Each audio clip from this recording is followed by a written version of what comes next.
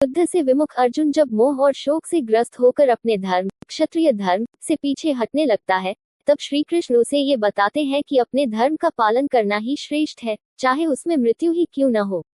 श्री कृष्ण कहते हैं, स्वधर्मे निधन श्रेय परधर्मो भयः, अर्थात अपने धर्म में मर जाना भी श्रेष्ठ है, परधर्म भयकारक है।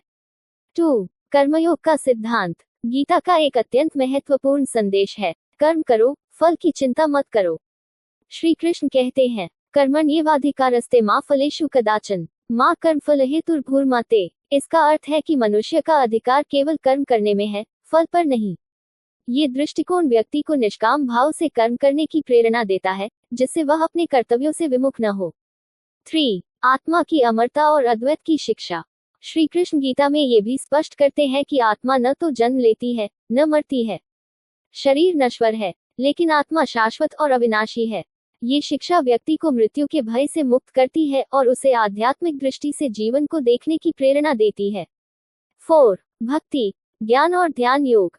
गीता में श्री कृष्ण ने 3 मार्गों की बात की है, भक्ति योग, ज्ञान योग और ध्यान योग। वे ये समझाते हैं कि हर व्यक्ति अपनी प्रकृति के अनुसार किसी भी मार्ग को चुन सकता है और अंततः परमात्मा तक पहुंच सकता है। विशेष रूप से श्री कृष्ण स्वयं को ईश्वर रूप में प्रकट करके ये बताते हैं कि भगवान की भक्ति सबसे सरल और श्रेष्ठ मार्ग है। 5. आध्यात्मिक स्वतंत्र। गीता में श्री कृष्ण ने 3 मार्गों की बात की है, भक्ति योग, ज्ञान योग और ध्यान योग। वे ये समझाते हैं कि हर व्यक्ति अपनी प्रकृति के अनुसार किसी भी मार्ग को चुन सकता है और अंततः परमात्मा तक पहुंच सकता है। विशेष रूप से श्री कृष्ण स्वयं को ईश्वर रूप में प्रकट करके ये बताते हैं कि भगवान की भक्ति सबसे सरल और श्रेष्ठ मार्ग है। अध्याय 5. कर्म योग। इस अध्याय में भगवान कृष्ण ने अर्जुन को कर्म योग के बारे में बताया है। उन्होंने कहा है कि कर्म करना आवश्यक है, लेकिन कर्म के परिणाम की इच्छा नहीं करनी चाहिए। अध्याय 6. ध्यान योग।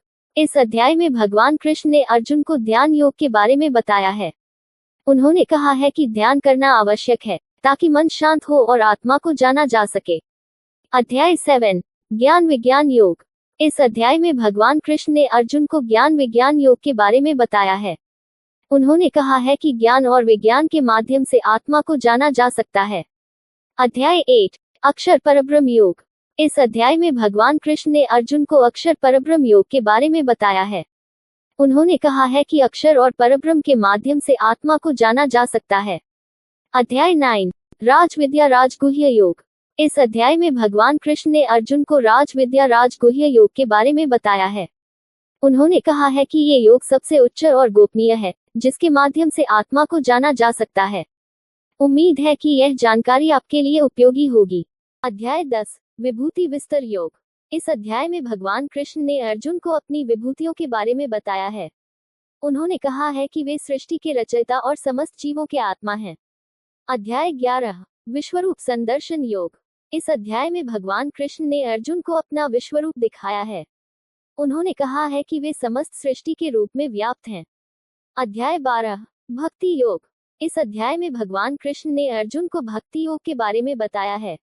उन्होंने कहा है कि भक्ति के माध्यम से आत्मा को जाना जा सकता है। अध्याय 13. क्षेत्र क्षेत्रज्ञ विभाग योग। इस अध्याय में भगवान कृष्ण ने अर्जुन को क्षेत्र और क्षेत्रज्ञ के बारे में बताया है। उन्होंने कहा